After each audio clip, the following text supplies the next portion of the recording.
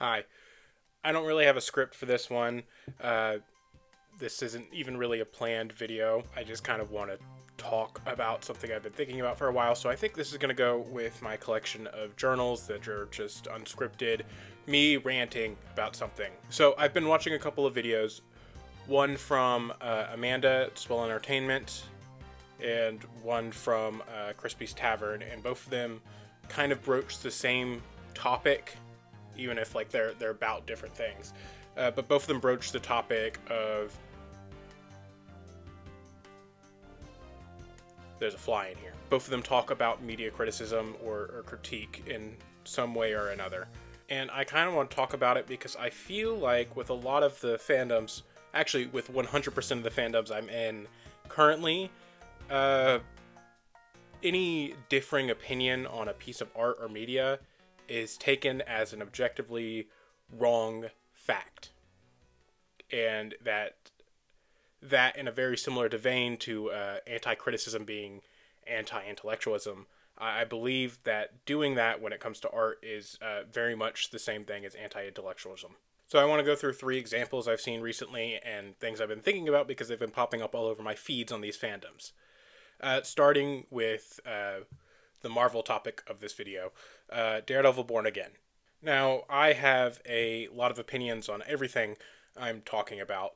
I probably wouldn't have a YouTube channel if I didn't have a ton of opinions that probably nobody cares about. And I have a lot of strong opinions about Daredevil, Marvel, and superheroes in general and what they mean. Some of those opinions very much don't go with the grain. For example, one of the strong opinions that I have as a Spider-Man fan is that I think that at this stage of Spider-Man, how things have been going for the last few years, I think it would be best to respectfully kill off Mary Jane in a good way, obviously. And, I've seen people vehemently disagree with that.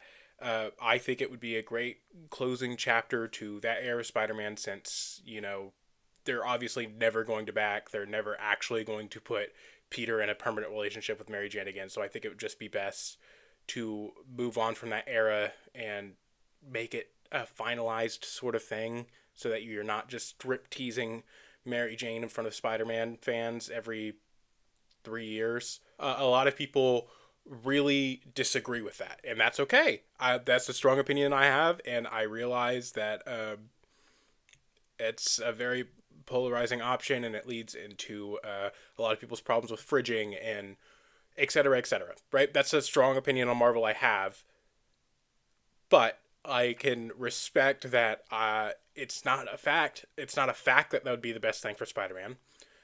And that kind of leads me into, giving you that example, leads me into discussing Daredevil Born Again and a lot of the reaction I've seen from Daredevil Born Again. Now, my experience with Daredevil is I first watched Daredevil about a year before season 1 of Born Again came out. I watched the entire series in about a month, and I think it's one of the best television shows we have ever gotten out of Marvel. With, in my opinion, a slight dip in season 2, it really conveys its messages and themes in a coherent and cohesive way that presents a very quality product. I know I'm like speaking in like a not very technical terms as I would in like my scripted videos because again, this isn't scripted nor is this analysis of Daredevil. Daredevil Born Again season 1 came out with all of its issues and production and how it's basically 2 shows tied together. I thought Daredevil's Born Again season 1 was good. I enjoyed it. I enjoyed the first series a lot more. And then we get to now with Daredevil Born Again season 2 having just come out. And I really enjoyed it. I think it's actually, in my opinion, Daredevil Born Again season 2 is better than the second season of Daredevil. Now, what I've seen in the reaction to Daredevil Born Again is saying that the show has really bad writing, that it's nothing like the original show, it will never be better than the original show, blah, blah, blah. We've all seen that before. And that is an okay opinion to have. But I always see that opinion in response to somebody saying how much they liked the show. And saying, how can you like it? It's so bad, the writing is so awful, and da-da-da-da. You are expressing your opinion on a piece of art a piece of media, and in my opinion, a very well put together piece of media with a coherent story that follows from point A to B in a competent and artistic way, and you are taking your opinion on that piece of art being a bad piece of art as a fact, even though it is 100% an opinion that you can have, and I think is a perfectly valid opinion to have. There are definitely problems with the writing of Born Again Season 2, and, you can definitely say that you could definitely believe that it's a worse season than anything we've seen before or anything like that. But to come in and say that people's opinions on Born Again are wrong, you're talking about a piece of art. It's not that serious. I hate saying that, but like we're talking about a piece of media and whether people liked a piece of media or not. It's not that serious. Them liking that piece of media does not take away from your problems with that piece of media.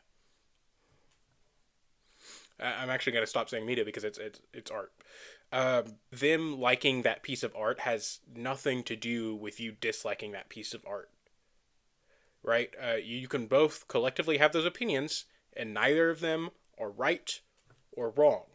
And that's just a major annoyance I've been seeing with a lot of the conversation around Daredevil Born Again. I do want to give credit to the people who didn't like it, because a lot of people I've seen who like it kind of just shut down conversation about the problems with Daredevil Born Again. And there is definitely problems with it, and it's problems that I hope the next season will fix. But in order to get a better season or come to understand the art, you have to discuss it with people who didn't like it. And you have to be willing to accept that there are problems with it. I am extremely critical of things I don't like, which I'll talk about later in this video. And I think that's kind of important. I think you should be critical of the media that you watch. I'm actually really critical of my comfort show, Abbott Elementary. I didn't enjoy this latest season as the rest of the seasons. And that's okay, but I'm still going to talk about how I didn't like that most recent season of Abbott Elementary, because I think that's an important part of understanding art and connecting with other humans. I think I've talked about Daredevil long enough. I talk about Daredevil all of the time now. Most of my recent shorts have been all Daredevil stuff. So we'll move on for Daredevil right now. Next, I want to talk about Resident Evil. Just to quash some things right off the bat, I have been a Resident Evil fan since, I want to say, 2015. My first game was the original Resident Evil 3, followed by Resident Evil 4, 5, 6, 7, 8, 2 remake, 3 remake, and so on and so forth. I've played every numbered game, and I've played most of the spin-offs. It's actually easier to name what Resident Evil games I haven't played. I haven't played Outbreak, and actually I think Outbreak is the only Resident Evil game I haven't played. Oh, I haven't played the Survivor games. I haven't played the Survivor games because they're kind of hard to find, and they weren't really received well. And if those games aren't really received well, they don't get ported to modern consoles. Hey, you should probably port Outbreak to modern consoles, Capcom. Considering Alyssa Ashcroft is in Resident Evil Outbreak. Anyways, Resident Evil 9 just came out. I really love the game. There are people who don't. That's fine. As I've mentioned with my Daredevil Born Again segment. But I've been seeing a lot of discourse in the fan base because, there's a lot of new fans now. And fans who have only come along with the remakes, and fans who like games that a lot of old heads don't like. Now, I've mentioned that I've played most Resident Evil games, and I only dislike 2 of them. I dislike Resident Evil 3 Remake, even though I think it's a good game. I just really hate what it did to the original. And Umbrella Corps, because Umbrella Corps is actually, in my opinion, just a really bad game. But I see a lot of people saying that people who like games like Resident Evil 6, or people who like even 5, are fake Resident Evil fans, or they're like newbies, your opinion doesn't matter. like you just got in the series because of like Leon, or you know what I'm talking about, all that stuff. And no, I think Resident Evil is such like a good case study, because Resident Evil has had so many different variations on its gameplay. We started with tank controls and fixed camera angles, and then with Zero in the first remake, we got free movement with the fixed camera angles, and we get 4 with a third-person following camera, and then we advanced to 5, and 6 is a full action game, and we kind of see similar playstyles in the 2 Revelations games. And you have the on-rails shooters that are the Dark Side Chronicles and Umbrella Chronicles. You have a Game Boy Color game that that has the same attack style as like Undertale. So with that comes a lot of differing opinions on which style somebody likes better, or da da da. A lot of older fans think that the series peaked with Code Veronica and Resident Evil 3, or 1 or 2. Either of those games, with its original tank controls, and before it started getting more actiony, and before the co-op stuff. Never mind that they've been trying to do co-op for, at the very least, the development of Resident Evil 2 with Resident Evil 1.5. And you have people who do prefer the following camera, more actiony, more outlandish Resident Evil series with 4, 5, 6, and Revelations 2, kinda. And a lot of those people, by the old heads, are seen as not real fans, even though most of the series has been like that. This damn fly is still here. Almost 20 minutes in, and this fly will not leave me the hell alone.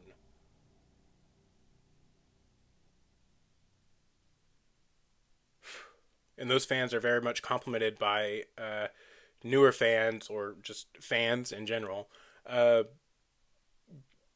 really dissing on a lot of like the play styles of the original games, and saying that like nobody wants to play something with tank controls. I personally like tank controls, and I would gladly play another game like Zero if they improve on the things that Zero messed up on. And this dichotomy has kind of created a war in the Resident Evil community ever since Resident Evil 2 remake, I want to say. Though, if you actually think about it, it's probably been ever since the original release of 4, back in the year that I was born, 2005, when really the opinions that a lot of these people hold are not really mutually exclusive, right? You don't have to say people are like stuck in the past for liking the old games or liking how the old games play, and you don't really need to say that every fan is a tourist or a poser for liking Resident Evil 6. These things can coexist and commingle, because your opinion is not a fact. Your opinion is your opinion. And it's okay that you have that opinion, but your opinion is not a fact. Now I want to move on to the last thing I really want to talk about in this video today. Claire Obscure Expedition 33 has very much shot up to becoming one of my favorite games of all time, ever since I played it back in November. This game is one of the most impactful, beautiful, and ethereal works of art that I have ever experienced in my life. And this game hit me at just the right time, when I myself was still dealing with some of the lingering emotions from my brother's death. This story, it really means a lot to me. Now, before I talk any further about this game, I do want to say I am going to spoil Expedition 33, because I can't talk about this, because I can't talk about what I want to talk about without spoiling Expedition 33. So you can skip to the end of the video. I'll put a timestamp or something if you want to avoid spoilers for that game. You should absolutely, because again, amazing, not just game, but a piece of art. So, at the end of Act 2 of the game, It's revealed that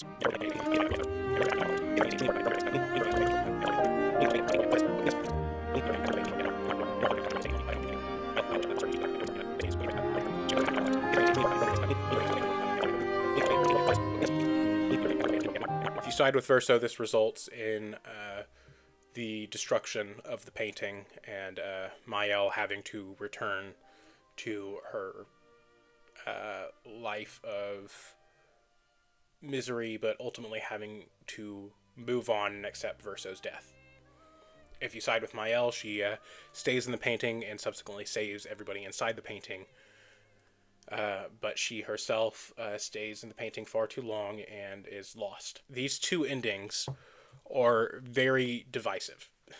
And the creators have come out and said that there isn't really a canon ending, and that they leave it up to the players to decide what this ending is.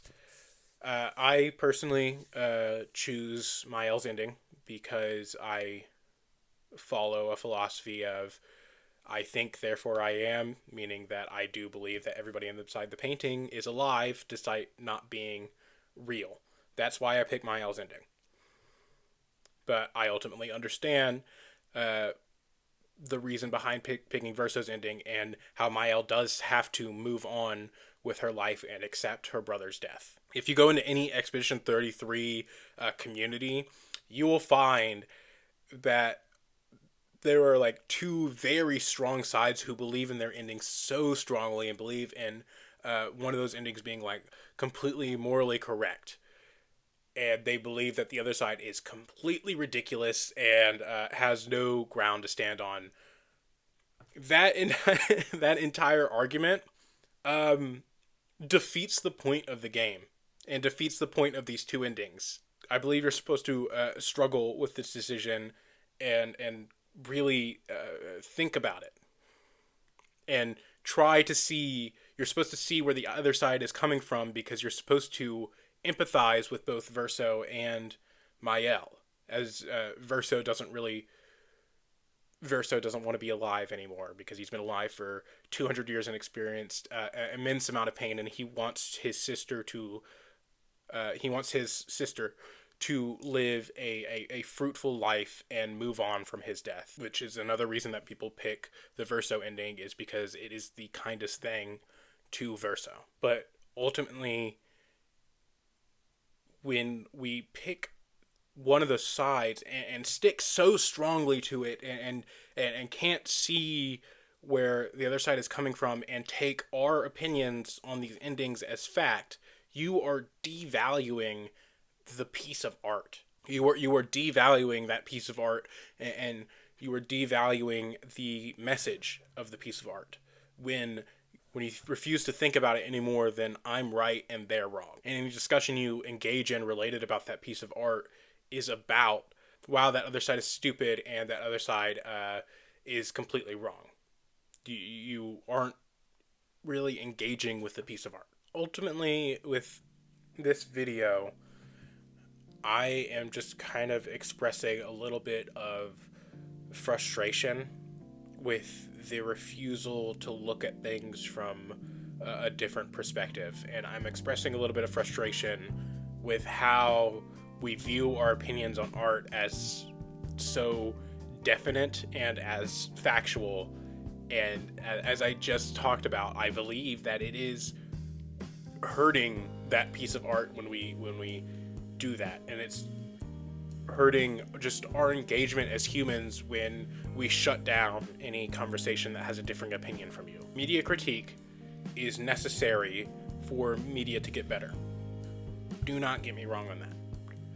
You should be critiquing media, and you should be critiquing things you like, and you should be recognizing the good things about media you don't like. And you should engage in a fruitful discussion about that. Where it gets frustrating to me is so many of us have no intent to learn or understand anything about how people feel the way they do or why people feel the way they do about a piece of art or about a piece of media. From Daredevil to the Resident Evil series to Expedition 33, which Expedition 33 is widely seen as amazing, as a difference to the other two things that I've talked about.